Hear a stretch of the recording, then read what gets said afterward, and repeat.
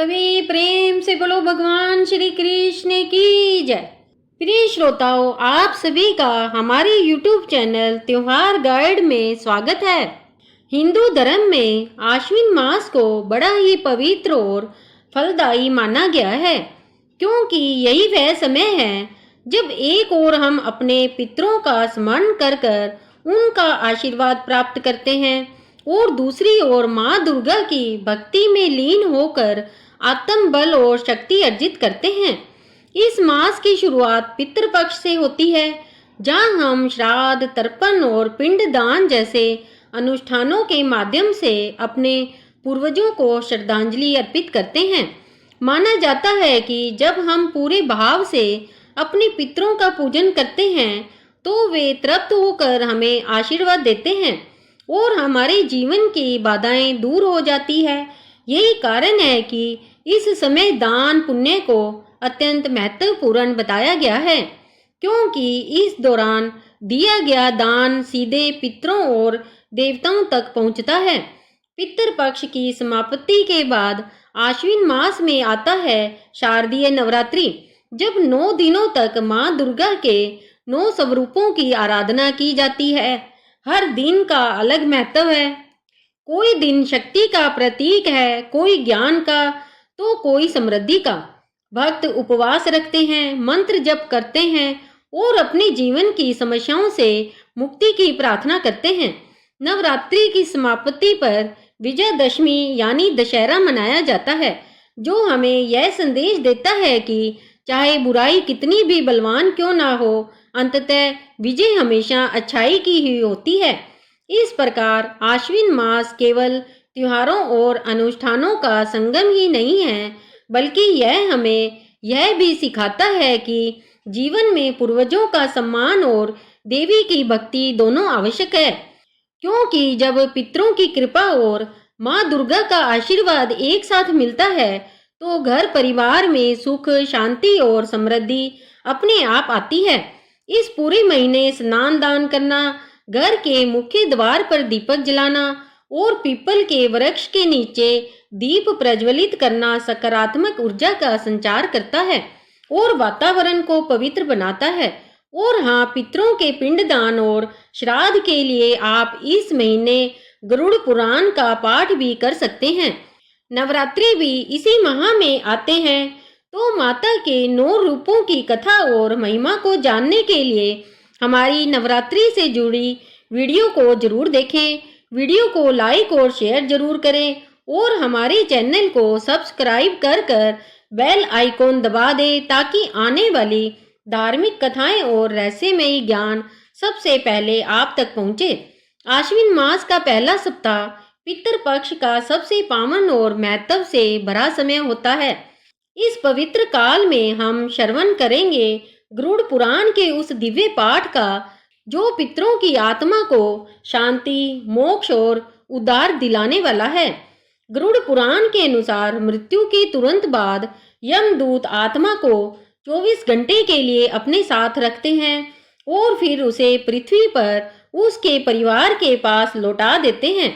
इस अवधि के बाद आत्मा एक प्रेत रूप में अपने घर परिवार के आसपास विचरण करती है। यह आत्मा 13 दिनों तक पृथ्वी पर रहती है और अपने परिजनों की गतिविधियों को देखती है, महसूस करती है।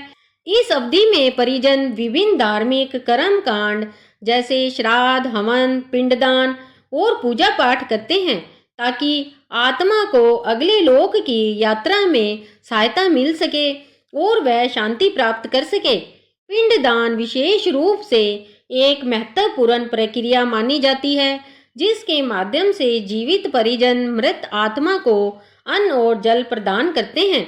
यह आत्मिक पोषण आत्मा को अगली यात्रा के लिए शक्ति देता है, साथ ही यह उसकी गति को सुनिश्चित करता है, जिससे आत्मा ब्रह्मलोक, पितृक या पुनर्जन्म की ओर बढ़ सके। जब किसी प्राणी का इस धरती पर जीवन समाप्त होता है तो उसका शरीर पंच तत्व में विलीन हो जाता है, लेकिन आत्मा की यात्रा वहीं समाप्त नहीं होती। गरुड़ पुराण में वह यात्रा तो तब शुरू होती है जब शरीर त्यागने के पश्चात आत्मा को यमलोक की ओर अग्रसर होना पड़ता है। यह यात्रा अत्यंत कठिन, रहस्यमयी और गूढ़ होती है।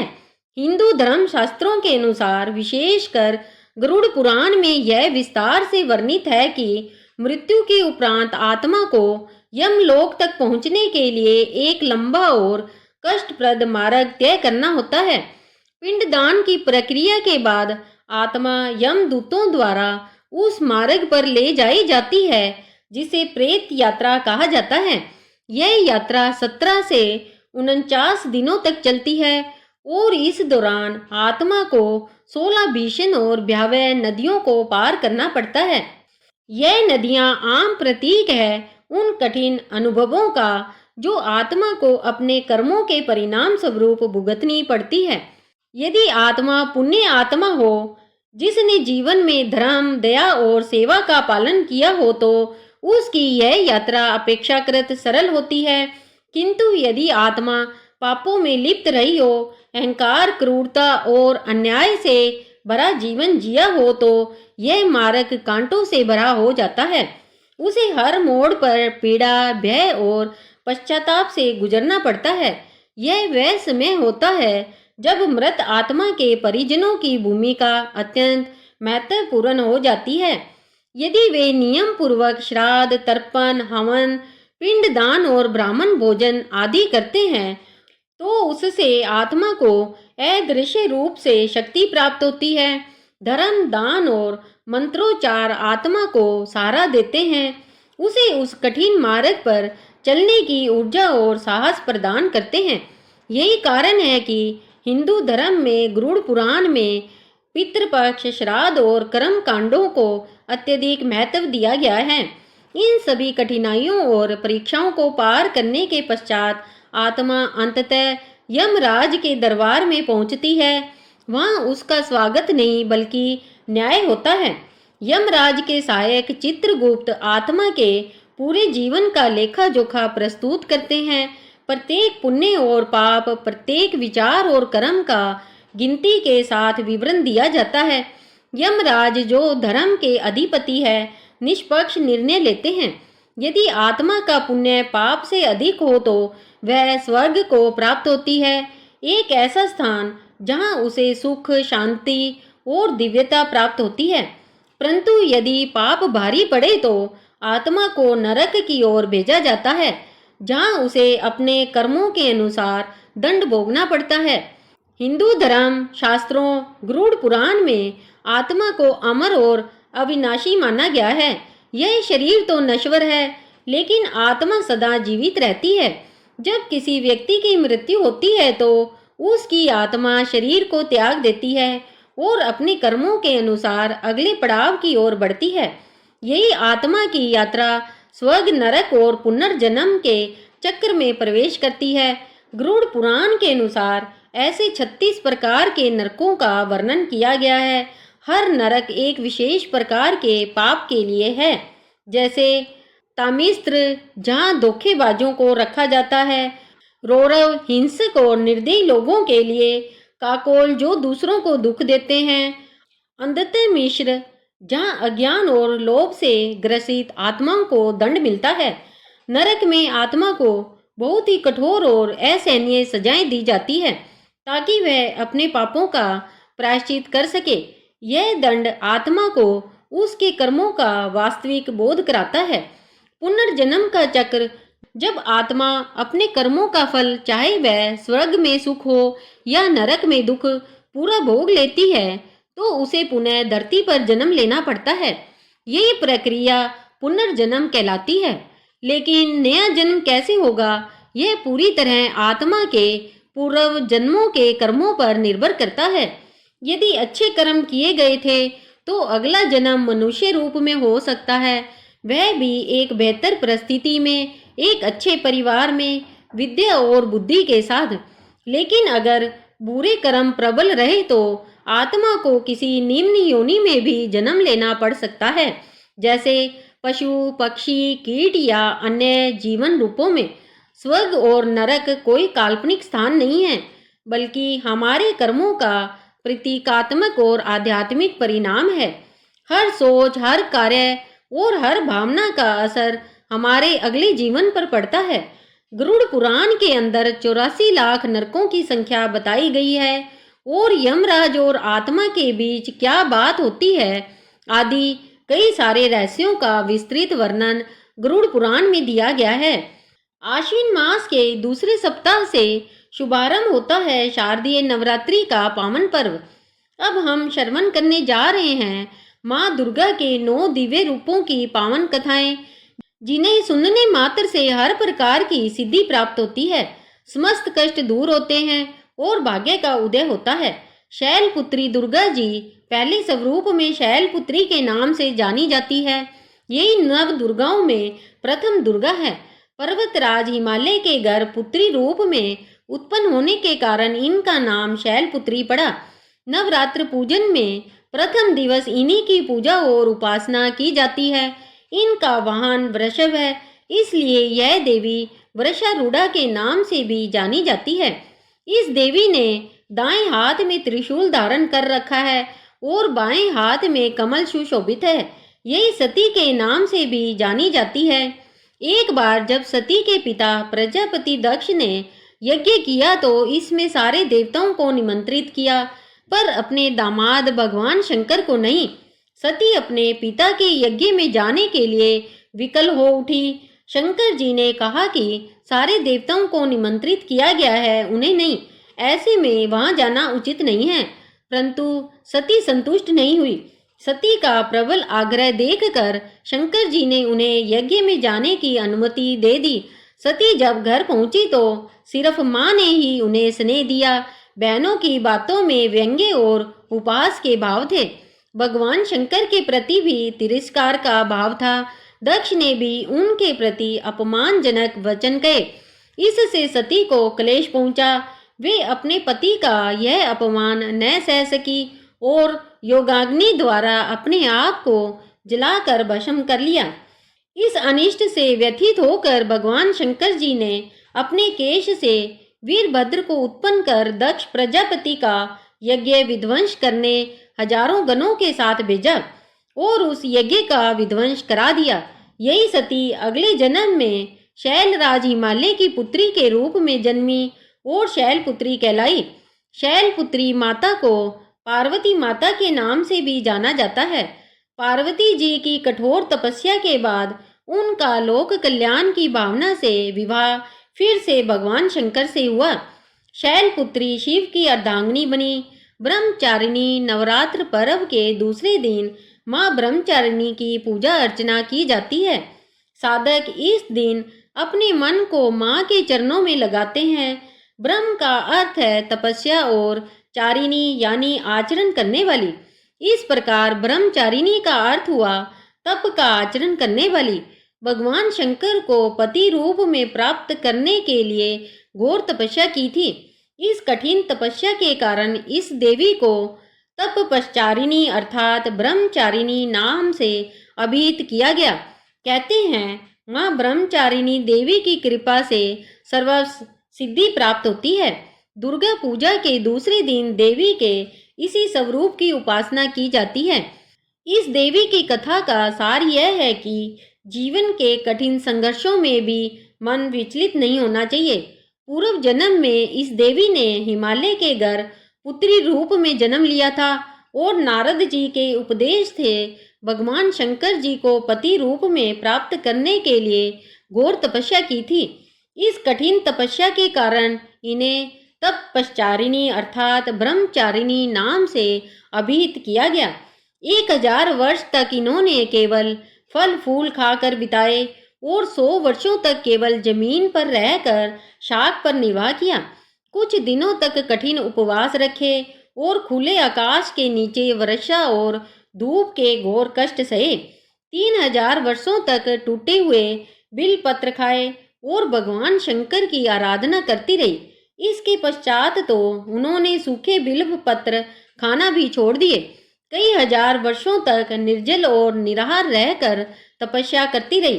पत्तों को खाना छोड़ देने के कारण ही इनका नाम अपर्णा नाम पड़ गया। कठिन तपस्या के कारण देवी का शरीर एकदम क्षीण हो गया।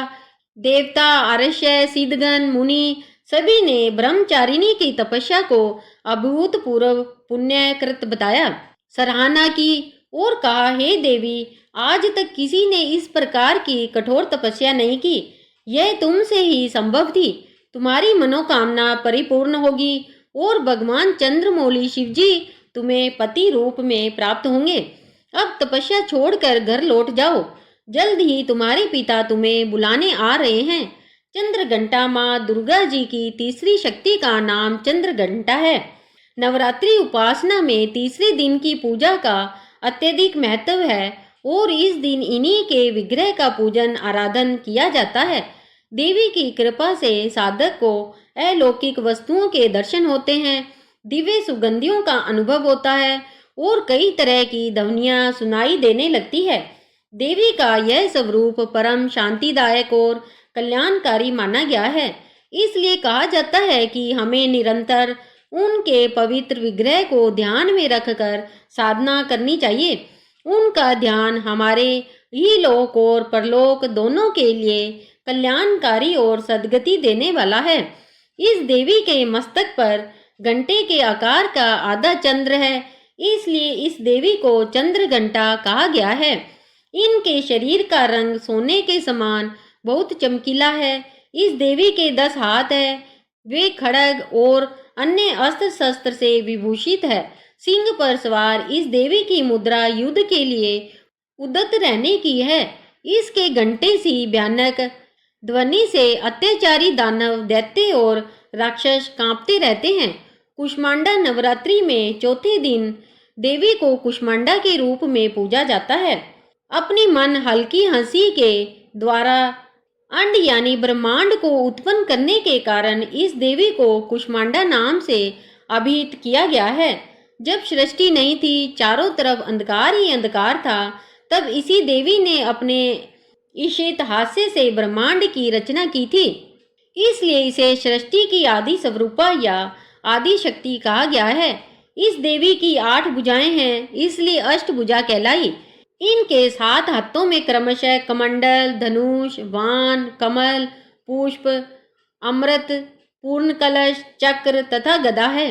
8वें हाथ में सभी सिद्धियों और निधियों को देने वाली जपमाला है। इस देवी का वाहन सिंह है और इन्हें कुम्हड़े की बलि प्रिय है। संस्कृत में कुम्हड़े को कुष्मांड कहते हैं, इसलिए इस देवी को कुष्मांडा कहा गया है। इस देवी का वास सूर्य मंडल के भीतर लोक में है। सूर्य लोक में रहने की शक्ति क्षमता केवल इन्हीं में है। इसीलिए इनके शरीर की कांत और प्रभा सूर्य की भांति ही दैदीप्यमान है। इनके ही तेज से दशों दिशाएं आलोकित है। ब्रह्मांड की सभी वस्तुओं और प्राणियों में इन्हीं का तेज व्याप्त है। अचंचल और पवित्र मन से नवरात्रि के चौथे दिन इस देवी की पूजा आराधना करनी चाहिए। इससे भक्तों के रोगों और शोकों का नाश होता है तथा उसे आयु, यश, बल और आरोग्य प्राप्त होता है। यह देवी अत्यल्प सेवा और भक्ति से भी प्रसन्न होकर आशीर्वाद देती है। सच्ची मन से पूजा करने वाले को सुगमता से परम पद प्राप्त होता है। विधि विधान से पूजा करने पर भक्त को कम समय में ही कृपा का सूक्ष्म भाव अनुभव होने लगता है। यह देवी आदियों व्याधियों से मुक्त करती है और उसे सुख, समृद्धि और उन्नति प्रदान करती है। अंततः इस देवी की उपासना में भक्तों को सदैव तत्पर रहना चाहिए। स्कंद माता नवरात्रि का 5वां दिन स्कंद माता की उपासना का दिन होता है। मोक्ष के द्वार खोलने वाली माता परम सुखदायी है। माँ अपने भक्तों की समस्त इच्छाओं की पूर्ति करती है। इस देवी की 4 भुजाएं हैं। यह दाईं तरफ की ऊपर वाली भुजा से स्कंद यानी भगवान कार्तिक को गोद में पकड़े हुए है। नीचे वाली भुजा में कमल का पुष्प है। बाईं तरफ ऊपर वाली भुजा में वर्ध मुद्रा में है और नीचे वाली भुजा में कमल पुष्प है। पहाड़ों पर रहकर सांसारिक जीवों में नव चेतना का निर्माण करने वाली स्कंद माता नवरात्रि में 5वें दिन इस देवी की पूजा अर्चना की जाती है। कहते हैं कि इनकी कृपा से मूढ़ भी ज्ञानी हो जाता है। स्कंद कुमार कार्तिकेय की माता के कारण इन्हें स्कंद माता नाम से अभिहित किया गया है। इनके विग्रह में भगवान स्कंद बाल रूप में इनकी गोद में विराजित है। यह कमल के आसन पर विराजमान रहती है, इसलिए इन्हें पद्मासना भी कहा जाता है। सिंह इनका वाहन है। शास्त्रों में इसका पुष्प महत्व बताया गया है। इनकी उपासना से भक्त की सारी इच्छाएं पूरी हो जाती है, भक्त को मोक्ष मिलता है। सूर्य मंडल की अधिष्ठात्री देवी होने के कारण इनका उपासक अलौकिक तेज और कांति में हो जाता है। अतः मन को एकाग्र रखकर और पवित्र रखकर इस देवी की उपासना करने वाले साधक या भक्त को भव सागर पार करने में कठिनाई नहीं आती है। उनकी पूजा से मोक्ष का मार्ग सुलभ होता है। यह देवी विद्वानों और सेवकों को पैदा करने वाली शक्ति है, यानी चेतना का निर्माण करने वाली कहते हैं।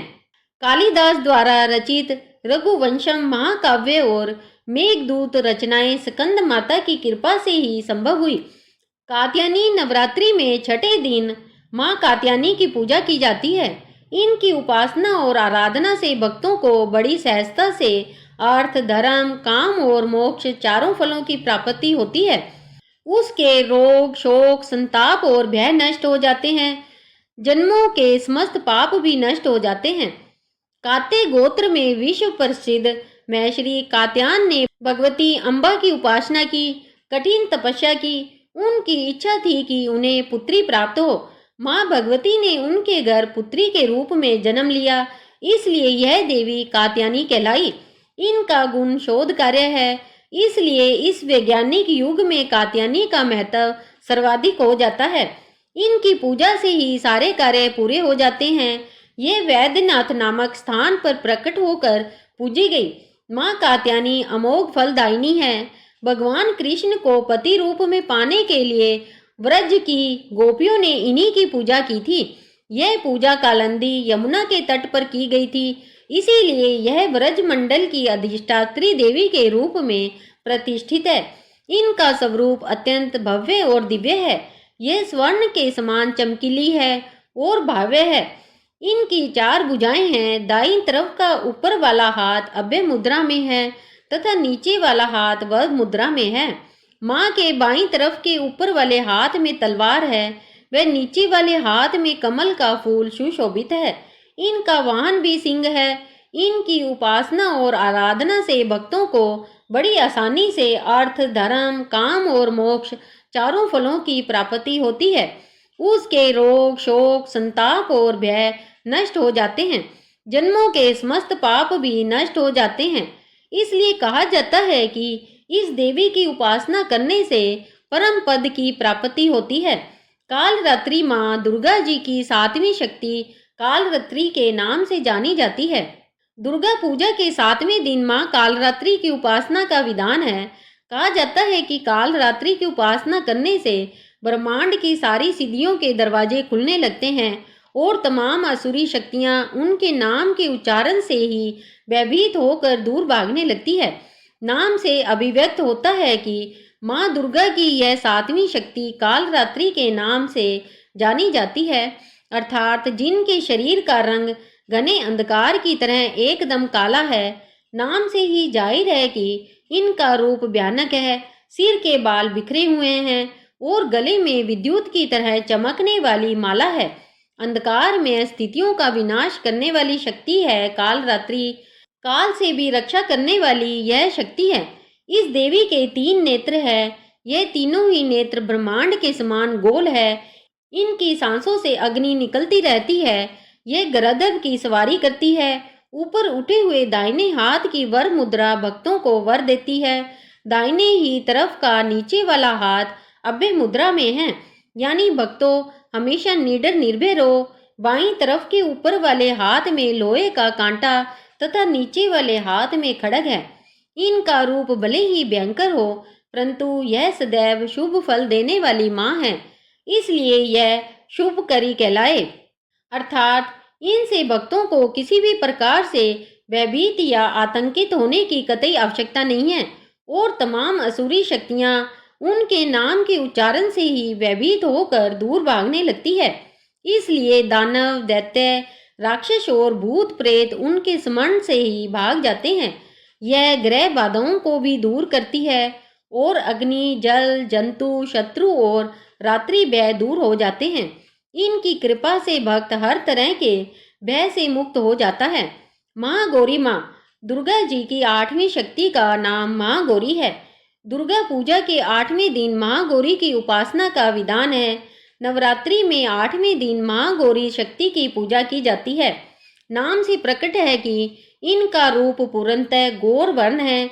इनकी उपमा शंख, चंद्र और कुंद के फूल से दी गई है। अष्टवर्षा भवेत गौरी यानी इनकी आयु 8 वर्ष की मानी गई है। इनके सभी आभूषण और वस्त्र श्वेत है, इसलिए उन्हें श्वेतांबर धरा कहा गया है। इनकी 4 भुजाएं हैं और वाहन वृषभ है, इसलिए वृषारूढ़ा भी कहा गया है इनको।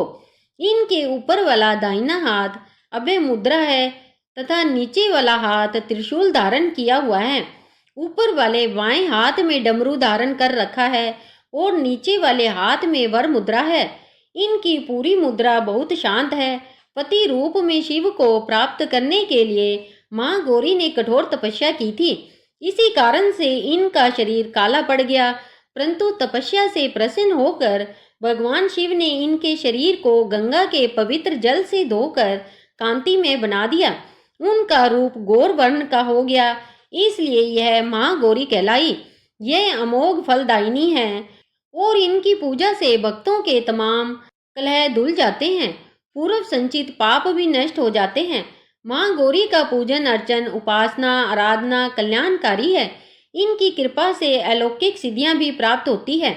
एक और मान्यता के अनुसार एक भूखा सिंह भोजन की तलाश में वहां पहुंचा जहां देवी उमा तपस्या कर रही होती है। देवी को देखकर सिंह की भूख बढ़ गई, परंतु वह देवी के तपस्या से उठने की प्रतीक्षा करते हुए वहीं बैठ गया। इस प्रतीक्षा में वह काफी कमजोर हो गया। देवी जब तप से उठी तो सिंह की दशा देखकर उन्हें उस पर बहुत दया आ गई। उन्होंने भाव और प्रसन्नता से उसे भी अपना वाहन बना लिया, क्योंकि वह उनकी तपस्या पूरी होने के प्रतीक्षा में स्वयं भी तप कर बैठा। कहते हैं जो स्त्री माँ की पूजा भक्ति भाव सहित करती है, उनके सुहाग की रक्षा देवी स्वयं करती है। सिद्धिदात्री माँ दुर्गा की 9वीं शक्ति का नाम सिद्धिदात्री है। यह सभी प्रकार की सिद्धियों को देने वाली है। नवरात्रि के 9वें दिन इनकी उपासना की जाती है। मान्यता है कि इस दिन शास्त्रीय विधि विधान और पूर्ण निष्ठा के साथ साधना करने वाले साधक को सभी सिद्धियों की प्राप्ति हो जाती है। इस देवी के दाहिने तरफ नीचे वाले हाथ में चक्र, ऊपर वाले हाथ में गदा तथा बाईं तरफ के नीचे वाले हाथ में शंख और ऊपर वाले हाथ में कमल का पुष्प है। इनका वाहन सिंह है और यह कमल पुष्प पर भी आसीन होती है। नवरात्र में यह अंतिम देवी है। हिमाचल के नंदा पर्वत पर इनका प्रसिद्ध तीर्थ है। माना जाता है कि इनकी पूजा करने से बाकी देवियों की उपासना भी स्वयं हो जाती है। यह देवी सर्व सिद्धियां प्रदान करने वाली देवी है। उपासक या भक्त पर इनकी कृपा से कठिन कार्य भी आसानी से संभव हो जाते हैं। अनिमा, महिमा, गरिमा, लंघिमा, प्राप्ति, प्राकम्य, ईशित और वशित 8 सिद्धियां होती है। इसीलिए इस देवी की सच्चे मन से विधि विधान से उपासना आराधना करने से यह सभी सिद्धियां प्राप्त की जा सकती है। कहते हैं भगवान शिव ने भी इस देवी की कृपा से यह तमाम सिद्धियां प्राप्त की थी। इस देवी की कृपा से ही शिव जी का आधा शरीर देवी का हुआ था। इसी कारण शिव अर्धनारीश्वर नाम से प्रसिद्ध हुए। इस देवी के दाहिने तरफ नीचे वाले हाथ में चक्र, ऊपर वाले हाथ में गदा तथा बाईं तरफ के नीचे वाले हाथ में शंख और ऊपर वाले हाथ में कमल का पुष्प है। विधि विधान से 9वें दिन इस देवी की उपासना करने से सिद्धियां प्राप्त होती है। इनकी साधना करने से लौकिक और परलौकिक सभी प्रकार की कामनाओं की पूर्ति हो जाती है। माँ के चरणों में शरणागत होकर हमें निरंतर नियम निष्ठा पूर्वक रहकर उपासना करनी चाहिए। इससे सभी प्रकार की कामनाओं की पूर्ति हो जाती है। तो यहाँ संपूर्ण नवरात्रि की कथा समाप्त होती है। आश्विन मास में आने वाली एकादशी व्रत को आप जरूर करें। एकादशी पर्व का बहुत बड़ा महत्व होता है। आइए अब आरंभ करते हैं एक अद्भुत और प्राचीन कथा की। यह कथा है एक चोर की, लेकिन साधारण चोर की नहीं, बल्कि उस चोर की जो हृदय से अत्यंत बड़ा लड्डू गोपाल जी का भक्त था। अब आपके मन में यह प्रश्न अवश्य उठ रहा होगा कि आप भला चोरी करने वाला व्यक्ति भी भगवान का सच्चा भक्त कैसे हो सकता है। तो चलिए इसी रहस्य से पर्दा उठाते हैं और सुनते हैं यह अद्भुत कथा। ठाकुर जी के एक भक्त थे घाटम जी। अब श्री घाटम जी जो थे वह हर कोई ऐसे वैसे नहीं थे, बल्कि बचपन से ही चोर थे। यानी कि उनके पैदा होते ही उन्हें चोरी करने के संस्कार दिए गए थे। चोरी करना, डाका डालना, लूटपाट करना, यह घाटम जी का खानदानी व्यवसाय था। यानी कि घाटम जी के दादा परदादा सब कोई चोर डकैत थे। जाने माने चोर डकैत किसी को नहीं छोड़ते थे, चाहे कोई भी उनके रास्ते में आ जाए। उन्होंने कभी 1 रुपए की चीज तक बाजार से नहीं खरीदी। जितना भी सामान उनके घर पर था वह सब लूटपाट का था। यहाँ तक कि उनके घर में कभी खाना तक नहीं बना, कभी भोजन नहीं बना। क्यों? क्योंकि वह भोजन तक दूसरों के घर से चुरा कर खाया करते थे। तो ऐसा पेशा था घाटम जी का। अब एक बार घाटम जी किसी वन में किसी को लूटने की तलाश में घूम रहे थे।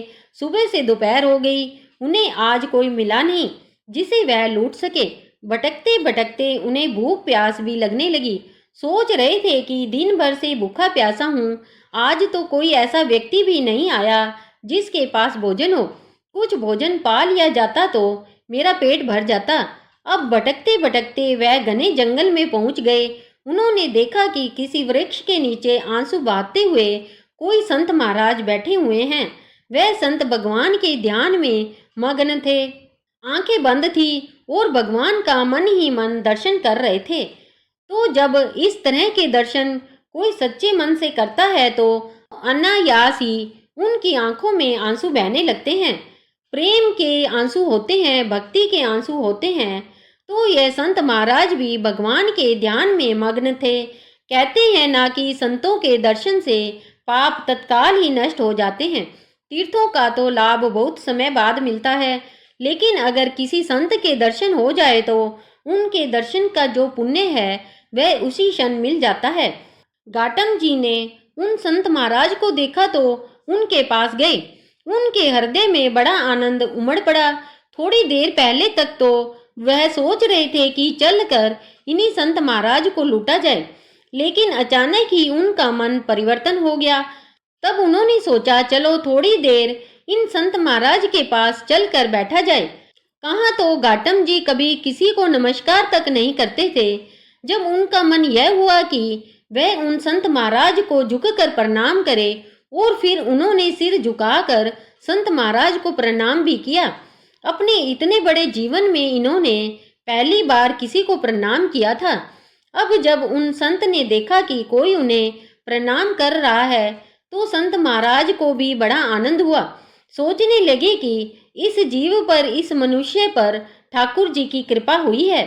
संत महाराज कहने लगे कि बैठ जाओ, जल्दी तो नहीं है तुम्हें जाने की। घाटम जी ने कहा नहीं, जल्दी नहीं है। ऐसा कहकर वह संत महाराज के पास में बैठ गए। महात्मा जी कहने लगे कि देखो बेटा, यह जीवन बड़ा कीमती है। इस जीवन को सदैव भगवान के चरणों में, ठाकुर जी के चरणों में लगाए रखना चाहिए। कभी कोई गलत काम नहीं करना चाहिए। अब थोड़ी देर इधर उधर की बातें होती रही, कुशल मंगल पूछी गई।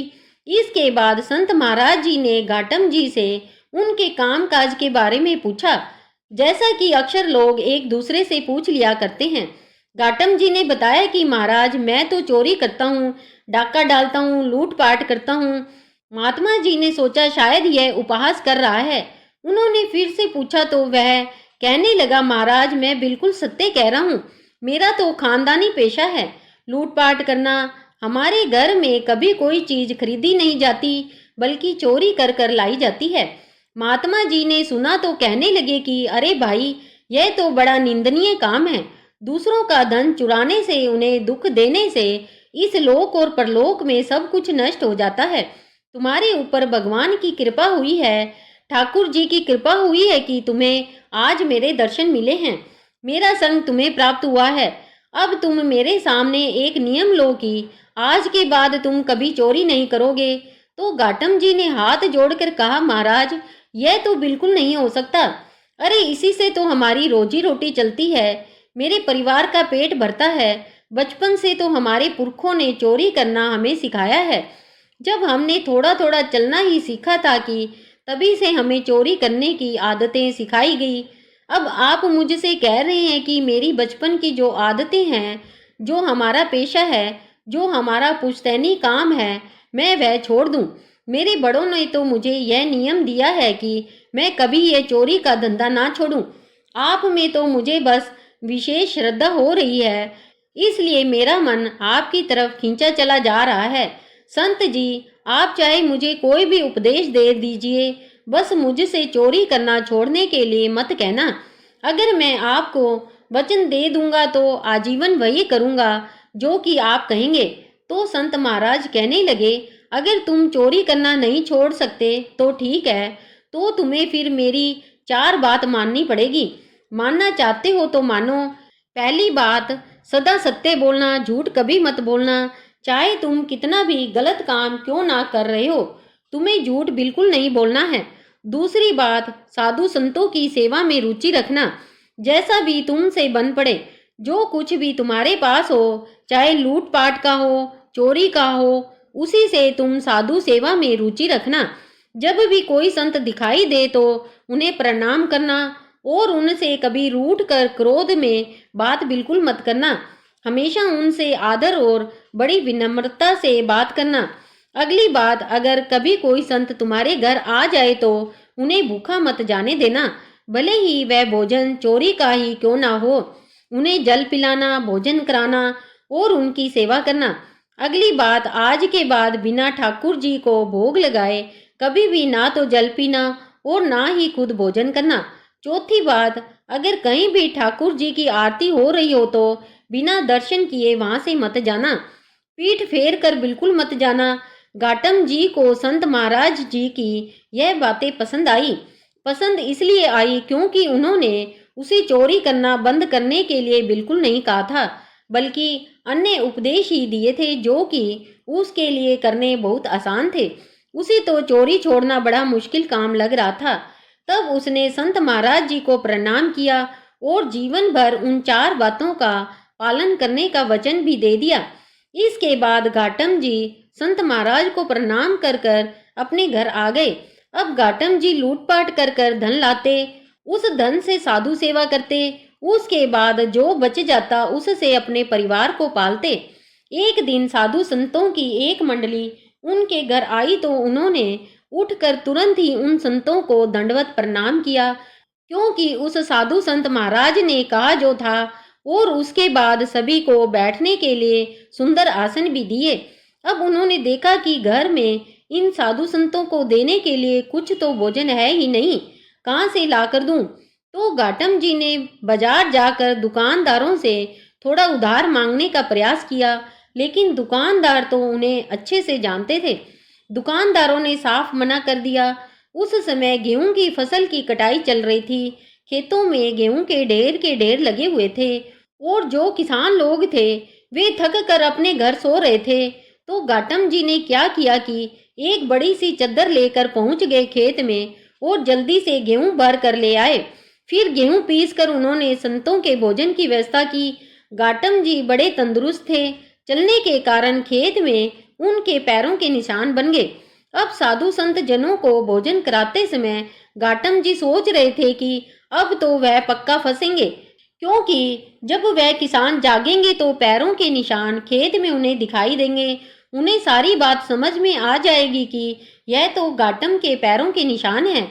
अब जैसे जैसे वह संत जन भोजन ग्रहण कर रहे थे, वैसे ही बड़ी धूल भरी आंधी चली और बारिश हो गई।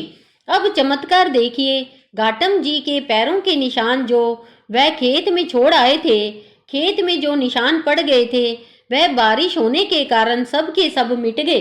अब तो यह बात देखकर घाटम जी को यह विश्वास हो गया कि साधु संतों की सेवा कभी उन्हें फंसने नहीं देगी, चाहे वह कितनी भी बड़ी चोरी क्यों ना कर ले, कितना भी बड़ा डाका क्यों ना डाल ले, यह बात जानकर उनके हृदय में बड़ा आनंद हुआ। साधु संतों के प्रति सेवा की जो उनके मन में श्रद्धा थी वह और बढ़ गई।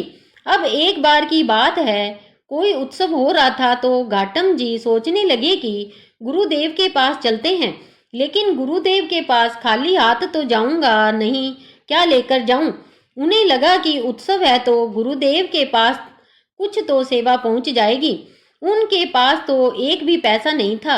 अब उन्होंने सोचा कि चलो सेवा ही तो करनी है, और गुरुदेव ने चोरी करने से मना भी नहीं किया है। उन्होंने तो कहा है सेवा करो, चाहे चोरी करो, डाका डालो। तो वह घाटम जी सोचने लगे कि चलो आज रात में चोरी की जाए और जो कुछ भी मिलेगा उसे सुबह गुरुदेव को अर्पण कर देंगे। अब घाटम जी ने एक सिपाही का वेश बनाया और महाराज के अस्तबल में घुस गए। अस्तबल में खटपट की आवाज होने पर पहरेदार ने आवाज लगाई कि अरे भाई कौन है।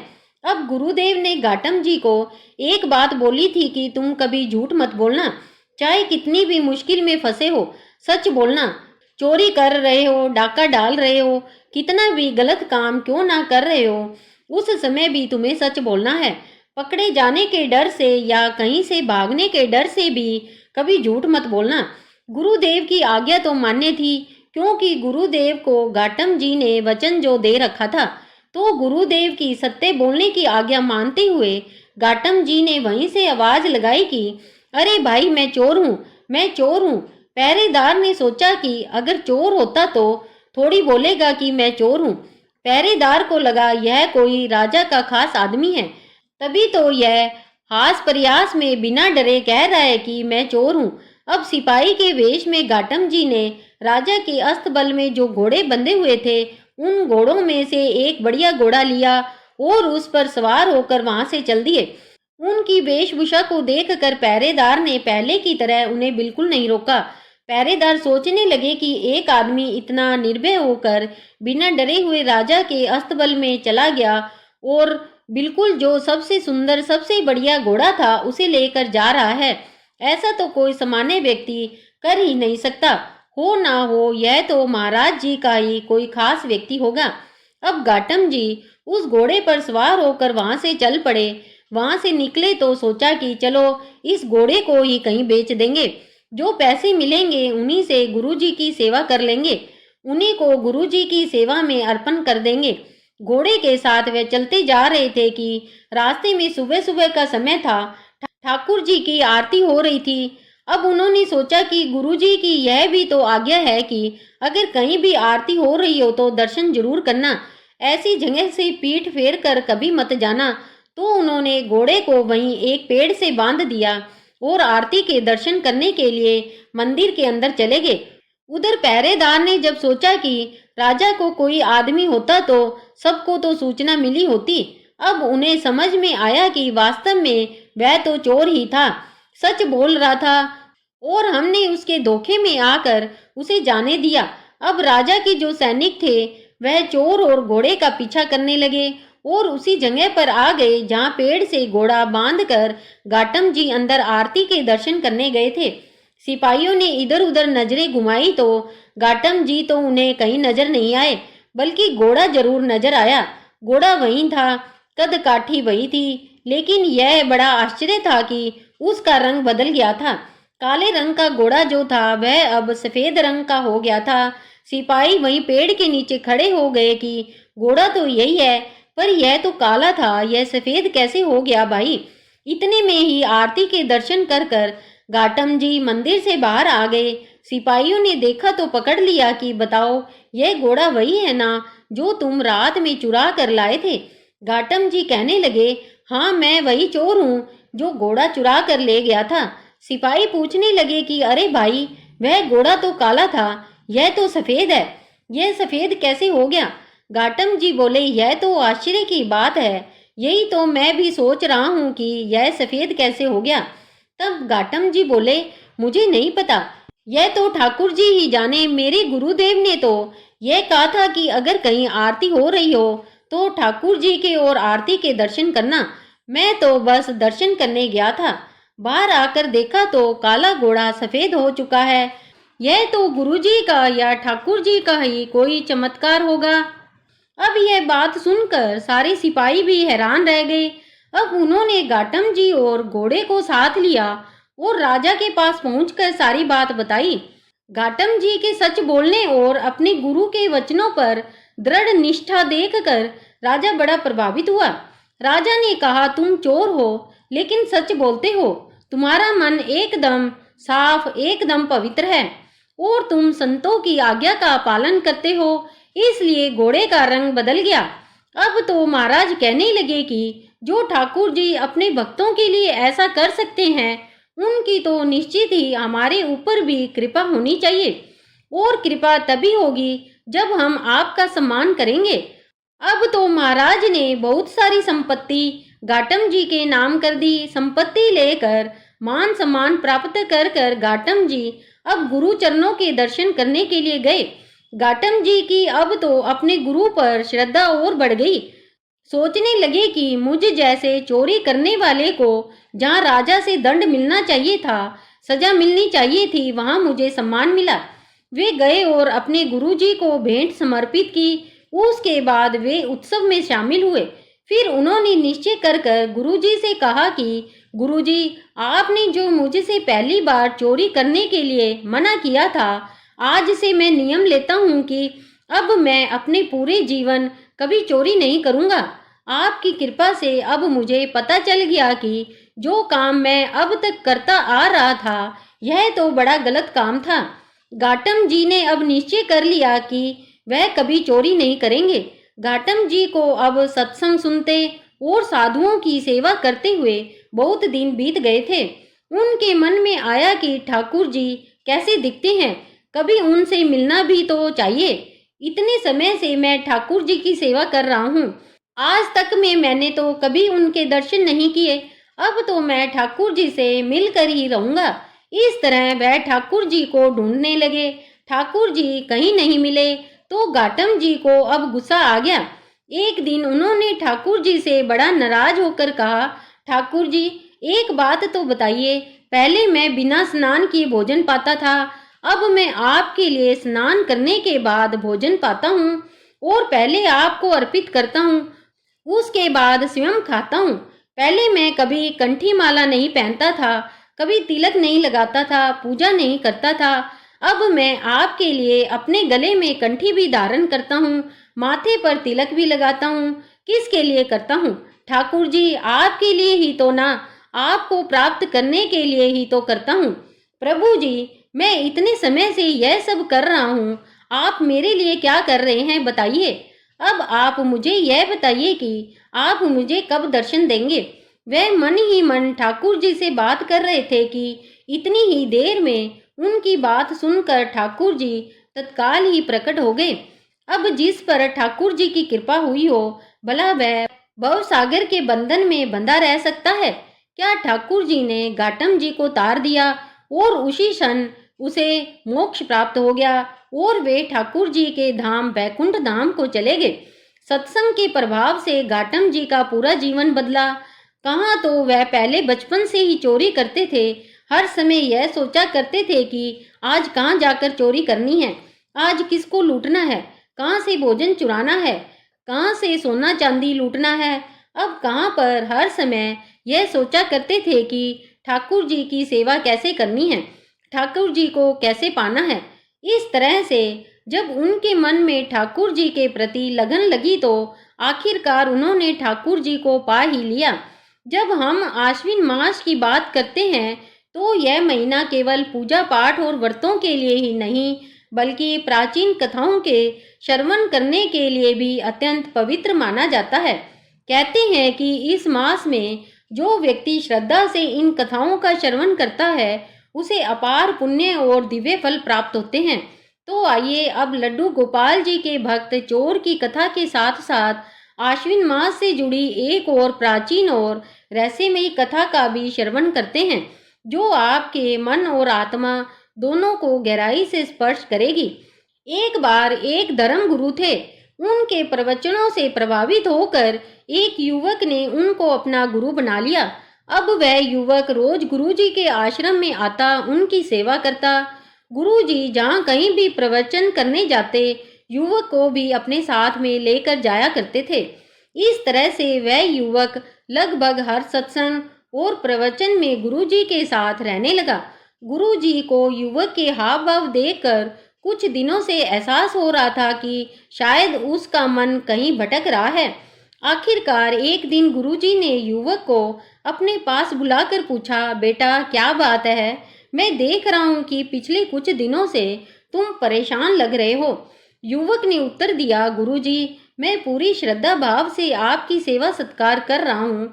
आपके प्रवचन में बताई गई बातें भी बड़ी ध्यान से सुनता हूँ, लेकिन मैं आपका शिष्य तो इसलिए बना था क्योंकि मैं यह भी जानना चाहता था कि क्या ईश्वर को प्राप्त करना संभव है। लेकिन इतने दिनों तक आपकी संगत में रहने पर भी मुझे अपने इस प्रश्न का उत्तर प्राप्त नहीं हो पाया और इसी कारण मेरा मन हमेशा अशांत रहता है। अपने शिष्य की बात सुनकर गुरुजी मंद मंद मुस्कुराने लगे। फिर उन्होंने कहा कि बेटा इतनी भी क्या जल्दी है, अभी कुछ दिन और ईश्वर के चरणों में बिताओ, फिर मैं तुम्हें ईश्वर की प्राप्ति का मार्ग बताऊंगा। कुछ दिन और बीते तो फिर से शिष्य को गुरुजी ने अपने सामने पाया। गुरुजी ने पूछा, तुम सचमुच ईश्वर का साक्षात्कार करना चाहते हो? सच में तुम ईश्वर को पाना चाहते हो? तो वह युवक बहुत उत्साहित होकर अपने गुरु से कहने लगा, हाँ गुरुजी, मैं बिल्कुल भगवान को पाना चाहता हूँ। गुरुजी बोले, ठीक है, आज मैं तुम्हें ईश्वर प्राप्ति का मार्ग बतलाता हूँ, चलो मेरे साथ। अब गुरुजी अपने शिष्य को लेकर नदी की ओर चल पड़े। नदी के किनारे पहुंचने पर गुरुजी ने अपने शिष्य की गर्दन पकड़कर उसका मुंह नदी में डुबो दिया। गुरुजी के इस तरह अचानक डुबोने से उनका शिष्य संभल नहीं पाया और पानी से बाहर आने को छटपटाने लगा। कुछ देर अपने शिष्य को ऐसे ही पकड़े रखने के बाद गुरुजी ने युवक को छोड़ दिया। युवक ने पानी से बाहर आते ही लंबी सांस ली, फिर गुरुजी की ओर देखकर कहने लगा, गुरुजी यह आप क्या कर रहे थे? गुरुजी ने मुस्कुराकर पूछा, बेटा जब तुम पानी में थे तो बताओ मुझे क्या सोच रहे थे? उस समय तुम्हारे मन को किसकी आस थी? युवक कहने लगा, गुरुजी उस समय तो बस एक कतरा सांस लेने के लिए ही मैं मरा जा रहा था। ऐसा लग रहा था कि बस किसी तरह से एक पल के लिए मैं हवा में सांस ले पाऊं। तब गुरुजी ने शिष्य को समझाया कि बेटा जितनी तड़प तुमने डूबते समय हवा की थी, उतनी ही आत्मा को भी तड़प होती है भगवान से मिलने की। तब आत्मा को परमात्मा के दिव्य दर्शन होते हैं। अगर इतनी ही तड़प मन में लगा ली जाए ईश्वर से मिलने के लिए, पहले अपनी आत्मा में वह भूख वह तड़प पैदा करो, तभी ईश्वर को भगवान को प्राप्त किया जा सकता है। इसलिए अगर आपके मन में भगवान के दर्शन की इच्छा है, भगवान को आप पाना चाहते हैं, तो अपने मन में हर समय भगवान का ध्यान करो। अपने मन में इतनी तड़प पैदा करो कि आखिरकार अपने मन के अंदर ही आपको भगवान के दिव्य रूप के दर्शन हो पाए। आश्विन माह के शुक्ल पक्ष की दशमी तिथि को विजयादशमी कहा जाता है। इस दिन के विजयादशमी नाम के पीछे अनेक कारण शास्त्रों में प्राप्त होते हैं। यह दिन देवी भगवती के विजय नाम पर विजयादशमी कहलाता है। इस दिन भगवान श्री राम ने लंका पर विजय प्राप्त की थी, इसलिए भी इसे विजयादशमी कहा जाता है। ज्योतिष शास्त्र के अनुसार आश्विन शुक्ल दशमी के दिन तारा उदय होने के समय विजय नामक काल होता है, इसलिए इसे विजयादशमी कहा जाता है। यह काल सभी कार्यों में सिद्धि प्रदान करने वाला होता है। इस दिन अपराजिता पूजन, शमी पूजन भी किया जाता है। विजयादशमी को वैसे तो क्षत्रियों का प्रमुख पर्व माना जाता है। इस दिन वे शस्त्र पूजन करते हैं। इस दिन ब्राह्मण सरस्वती पूजन करते हैं तथा वैश्य लोग बही खातों का पूजन करते हैं।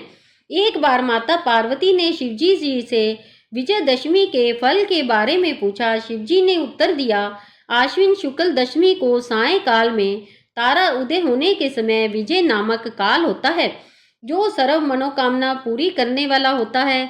इस दिन श्रवण नक्षत्र का संयोग हो तो और भी शुभ हो जाता है। भगवान राम ने इसी विजय काल में लंकापति रावण को परास्त किया था। इसी काल में समी वृक्ष ने अर्जुन के गांडीव धनुष को धारण किया था। शिवजी ने उत्तर दिया, दुर्योधन ने पांडवों को जुए में हराकर 12 वर्ष का वनवास तथा 13वें वर्ष में अज्ञातवास की शर्त रखी थी। 13वें वर्ष में यदि उनका पता लग जाता तो उन्हें पुनः 12 वर्ष का वनवास भोगना पड़ता। इसी अज्ञातवास में अर्जुन ने अपने गांडीव धनुष को समी वृक्ष पर छुपाया था तथा स्वयं बृहन्नला के वेश में राजा विराट के पास सेवा दी थी। जब गोरक्षा के लिए विराट के पुत्र कुमार ने अर्जुन को अपने साथ लिया, तब अर्जुन ने समी वृक्ष से अपना धनुष उठाकर शत्रुओं पर विजय प्राप्त की थी। विजयदशमी के दिन रामचंद्र जी ने लंका पर चढ़ाई करने के लिए प्रस्थान करते समय समी वृक्ष ने रामचंद्र जी की विजय का उद्घोष किया था। इसलिए दशहरे के दिन शाम के समय विजय काल में शमी का पूजन होता है। तो भक्तों, आश्विन मास की यह दिव्यता और रहस्य यहीं समाप्त नहीं होता। अगर आपको यह ज्ञानवर्धक जानकारी अच्छी लगी हो तो वीडियो को लाइक और शेयर जरूर करें और चैनल को सब्सक्राइब कर बेल आइकॉन दबा दें ताकि आने वाली हर धार्मिक कथा और रहस्यमयी ज्ञान सबसे पहले आप तक पहुंचे। अब इस पवित्र माह की एक कथा सुन लीजिए। कहा जाता है कि आश्विन मास में राजा हरिश्चंद्र ने अपने पितरों के तर्पण और श्राद्ध का संकल्प लिया, लेकिन उनके पास कोई साधन नहीं था। उन्होंने सच्चे भाव से मात्र जल अर्पण किया और पितरों से क्षमा मांगी। चमत्कार देखिए, पितरों ने प्रसन्न होकर उन्हें आशीर्वाद दिया और कहा, हे राजन, श्रद्धा सबसे बड़ी है, साधन नहीं। जिसने सच्चे मन से पितरों का स्मरण किया उसके जीवन की सारी बाधाएं दूर हो जाती है। यही आश्विन मास का संदेश है। सच्ची श्रद्धा और भक्ति से ही सब सिद्ध होता है। तो भक्तों, अगली कथा और रहस्यमयी ज्ञान के लिए जुड़े रहिए हमारे चैनल से। जय माता दी, हर हर महादेव।